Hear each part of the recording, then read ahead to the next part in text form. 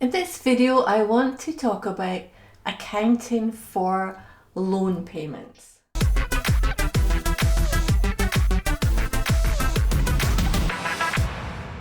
The most common type of loan, and the one we're going to talk about, is a hire purchase agreement, where you're going to borrow money to purchase an asset. That asset quite often will be a vehicle. We're going to look at an example. An example I'm going to talk about is Rugs by Rosie.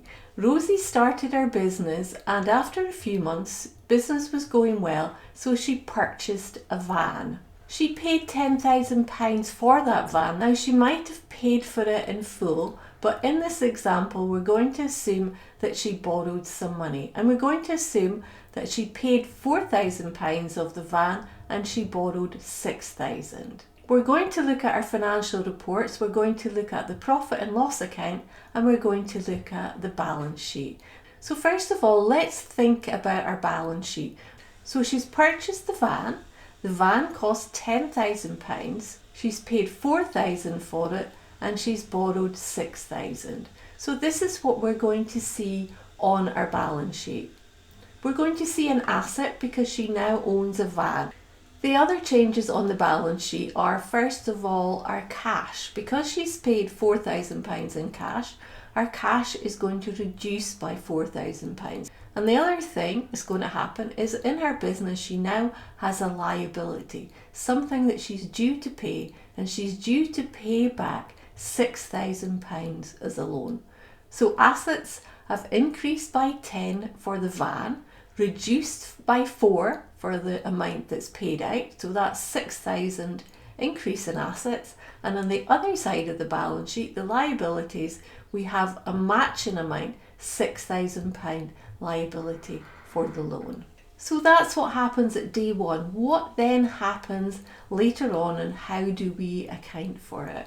So we're going to assume that she's taken this loan out over 2 years. Now, if it was a friendly family member that she borrowed money from and they didn't want any interest, they might just say, all I want you to do is pay it back in monthly installments within the 2 years. So she'd be paying back exactly the same as she borrowed, £6,000. So if we do the sums, we know that she would be paying back £250 each month. So how would we account for that?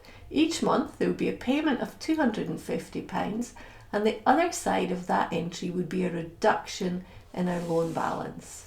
So going back to our financial statements, you might find this hard to believe, but there's still no impact on the profit and loss account, because all that Rosie is doing each month is she's making a payment of the £250, and that payment is reducing our liability. Now, I think we all know it's unlikely that you're going to borrow money and you're not going to have to pay interest. The chances are Rosie's not going to borrow money from a family member. She's going to borrow money from a finance company, maybe from her bank, maybe from the people that she bought the van from, and there's going to be interest to pay. So let's look at the second example, which we think is the more realistic one. She's still going to borrow the same amount. She's still going to borrow £6,000, and she's going to pay it again over 2 years. So this time our payments will not be £250 a month. If we look at our loan agreement, we will see that the total she has to pay back is not £6,000, but it's £6,600. It's still over 2 years, so each month she's going to pay £275. So what we need to do is we need to look at that £275 and work out how much of it is paying back the loan and how much of it is interest. So what we want to do is we want to look at the loan, which is £6,000, and we know that if we divide that by 24 months, that each month she'll pay back £250 of the capital. So if our monthly payment is £275, then clearly each month £25 is an interest payment. So let's go back to our financial statements, and what do we see this time? So this time, as we would expect, there is an impact on the profit and loss account.